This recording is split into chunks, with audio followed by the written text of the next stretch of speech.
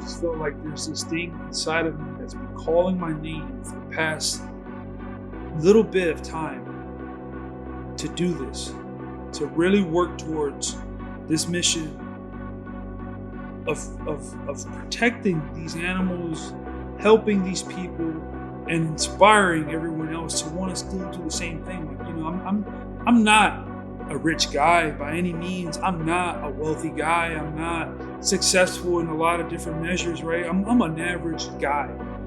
I grew up with a single mom. My mom worked, she was a single parent, raising up 3 boys by herself as an immigrant, a legal immigrant here in the USA, and she still figured out how to make it happen.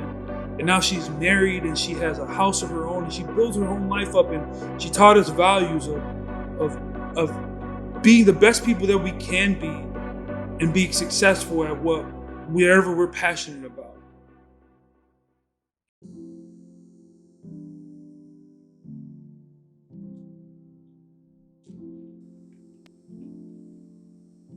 Well, you guys, we did it. We bought a boat, a 51-foot Orem Tahiti catamaran. Crazy. And to be quite honest, I didn't really expect us to go this route and to be here today, standing over this crazy vessel. That's more than I could have ever imagined, to be quite honest. But we're here, and I'm pretty grateful. Being able to fully take this all in has been something that's taken some adjustment for sure. For the last couple days, I've been able to start exploring just exactly what I got myself into with this. Do I know what I'm going to do with it? Somewhat. Do I even know the extent of the labor that's going to take to work on this thing? Not really. Am I optimistic? Hell yeah. I think that's one of the cool things about life, is that you get these small opportunities to do great things, and it's up to you on how you want to handle it.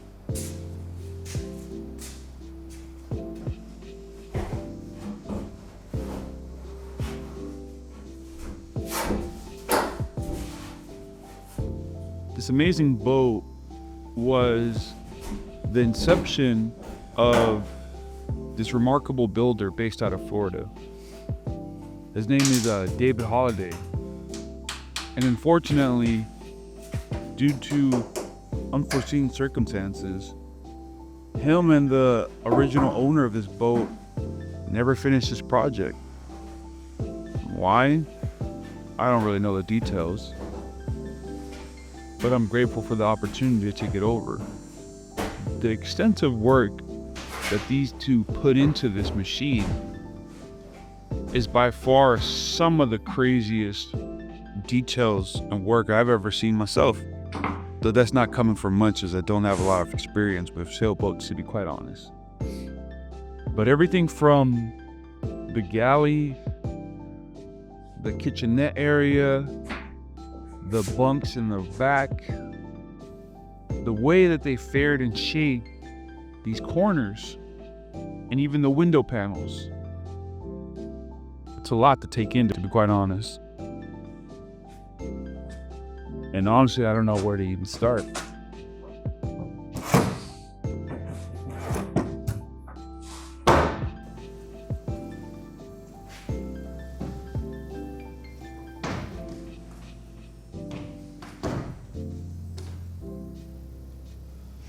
I'm just a normal guy that lives in a normal world from New York City, originally from Washington, D.C., but as of right now, we're living in New York City. And I have this amazing dream of what I want to do with this vessel. With my work that I've started in Indonesia for conservation and humanitarian efforts, we figured that this vessel was going to be the perfect outfit for that project, to allow us to freely sail throughout the Raja Ampat and explore these very difficult to reach places. That's the whole reason why we got this thing. Now, there are many different options that we could have went with, but if I had to be honest, the serendipitous nature of this particular vessel just made it so that we had to take this opportunity. The signs that just all aligned at once to give us the go-ahead to do this project. I mean, I couldn't overlook those, to be quite honest. The things that this vessel has to make it superior to others that I looked at. I mean, for instance, it's been decked out for inboard engines. From my understanding, this is not a common thing that you would find on these Warums. A lot of these things were built to handle outboard engines. And for the builder to have originally chose this, that on itself for me just made it something that I was super interested in, because it would make the entire trip for us a little bit more easygoing and safer in the long run. You can't beat that. This is a cool little detail that we were able to find. Like, through watching David's videos, you get to see just the nature of his attitude towards building this catamaran, and he was very proud of what he was doing. In this particular case, the ends of the catamaran, he was planning to build a mermaid feature, which is what you see here, the tails on the mermaid, and the front of it was going to also incorporate that as well, or the front end of a mermaid, for that matter.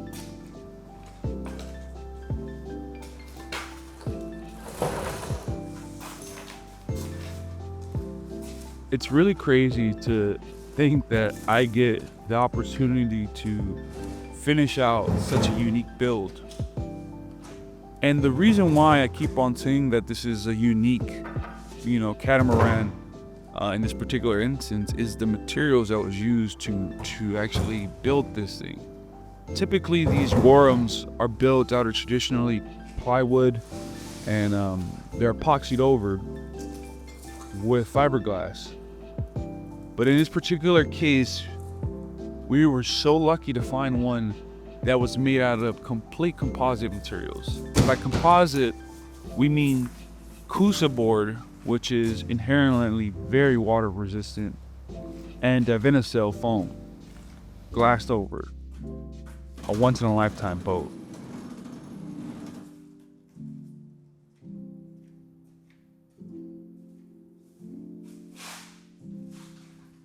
We do have quite a bit of work on our hands, to be quite honest. And if I had to tell you guys, I've never once set foot on a sailboat. I've never once sailed on the water.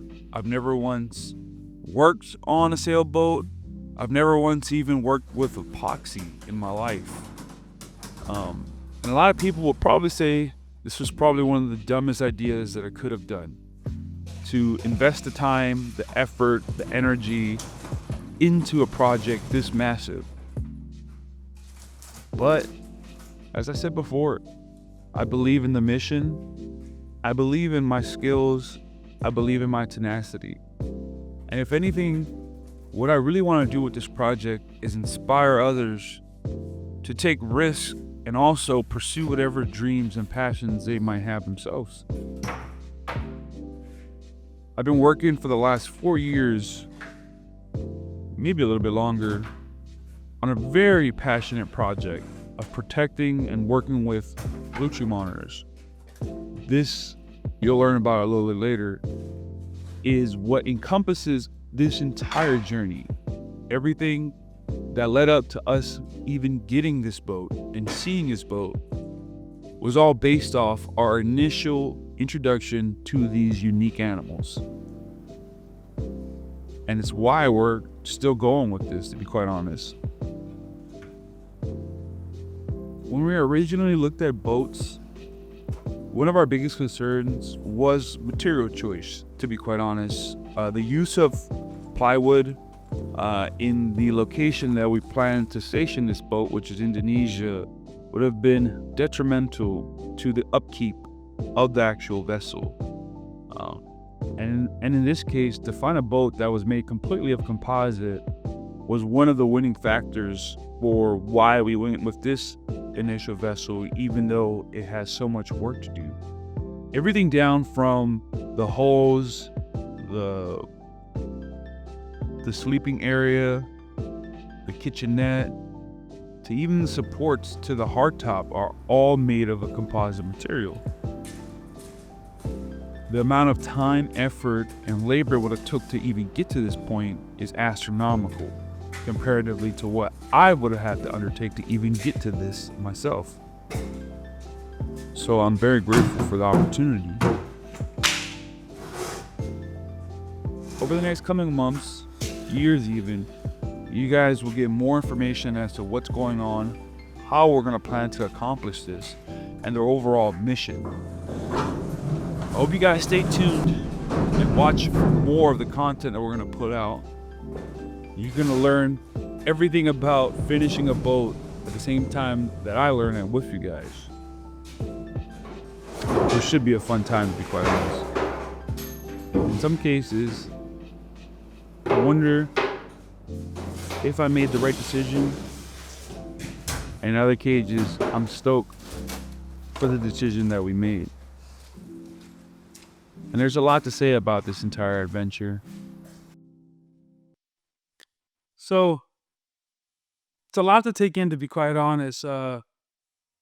This entire endeavor in this project that we're working on here. Behind me, obviously, you guys have kind of met it. It's the 51-foot Warham Tahini catamaran. Not what I expected to be doing, to be quite honest. In my lifetime, building or starting the journey of building a boat. But if you guys have been following me for the past years, you might have seen how just passionate and addicted I have been to this mission of working with a particular species of animal, the blue tree monitor, and being introduced to Indonesia and falling in love with Indonesia and the people of West Papua, the people of Batanta, and trying my best to help them in any way that I can. And it's led me on to a bunch of different adventures over the years. Being able to visit Batanta for the first time, Indonesia for the first time, actually leaving the country, for the first time as an adult, all because of these animals. And now it's led me to the next endeavor of this journey, which is to work on this boat behind me. And it's a surreal experience, to be quite honest. I'm fairly confident that we'll be able to achieve our goals. You might be asking why even waste the energy and time on this? Well, what our goals? I want to continue to understand these animals and to document as much information as I can about them, about how they live in the wild, how they reproduce in the wild, what are their impacts to the ecosystem that they're from, and vice versa, the people involved with them, etc. And to do that freely is just logistically a very hard thing to do. To be able to travel those islands, because those islands are only accessible by boats. A lot of these islands are still undiscovered. Aside from Batanta, they haven't been explored much. And a vessel like this would just allow me to be able to traverse these islands freely with all of my gear, all my resources, all my supplies, and be out there for months at a time, to be able to actually deep dive in my research goals. Could we have done with something else? I'm sure we could have, but I mean, then it wouldn't be as fun, right? It wouldn't be as fun. And we've been looking for the past couple months now at vessels, and we originally were gonna go with another style of boat, which would have worked as well, but what made us fall in love with this particular project behind me here is that the entire thing is composed of composite materials, foam, fiberglass, epoxies. There's no organic material in this, no wood. And the benefits of doing this is that the potential for it to deteriorate or rot has now decreased significantly because there's no wood that can fail. You know, the penetration of water can get inside of it and then cause it to start rotting away and fail. Um, we avoid all that because we have something like this. And not only that, the gentleman that was actually in the process of building this, David, um, his skills in assembling these boats and working on them are unmatched, you know, to be quite honest, in his space, right? His space of composite building, specifically these style of boats. There are people that have built hundreds of these boats all over the world out of wood and similar materials. Um, but David had a knack for his specialty here in Florida. And he was commissioned for this build originally. And unfortunately, during the circumstances, it just didn't finish, and the boat disappeared for a little bit. I follow him on YouTube for quite a bit. He was under the name the Boatsmith, um, and it was an amazing job. And I never in 1,000 years would have imagined that I'd have the opportunity to take on that project afterwards. But things happen for a reason. Blessings happen for a reason. You know, even coming out here, all the little things, the signs that I wasn't expecting to happen. You know, my first night here in Florida, the first thing down the street from the hotel I'm staying, HR from the Bad Brains was playing. And if you guys know me, I'm originally from Washington, D.C. And to have this sign from where I'm from here, all the way in Florida, I've never even been to Florida. And this sign is here. And then, you know, we were looking at this other boat, and then the deal fell through because I was outbidded, and then this popped up the next day. And then, you know, I was already watching this guy, the Boatsmith's videos, and I was like, wow, it's a cool project to learn how to fix the boat that I was gonna get. And then boom, this opportunity pops up. And then the person that I meet that helps me buy the boat happens to be, oh man, there's so many connections that and signs that were just popping up. And to me, it was like fate. Fate, something out there wanted me to be here at this exact moment in this time to take on this project, to allow me to be able to finish this journey of helping work and just find out more information about these blue tree monitors and ultimately help the people of Batanta. Um, you know, this boat was going to help us with a lot of things. It's going to be able to help us transport supplies for those people, uh, help them maneuver back and forth from their villages to the mainland and vice versa. Bring opportunities to bring other people who want to see these animals and donate their time and resources to help, you know, this mission. And just bring more awareness to what's happening out in Papua New Guinea. There's a lot of, you know, there's a lot of stuff that's going on and a lot of information being spread right now. And some people say that the land is in good hands, and some people will say the opposite, that it's really falling through the cracks because there's not a lot of regulations out there, and so many things are happening to those lands.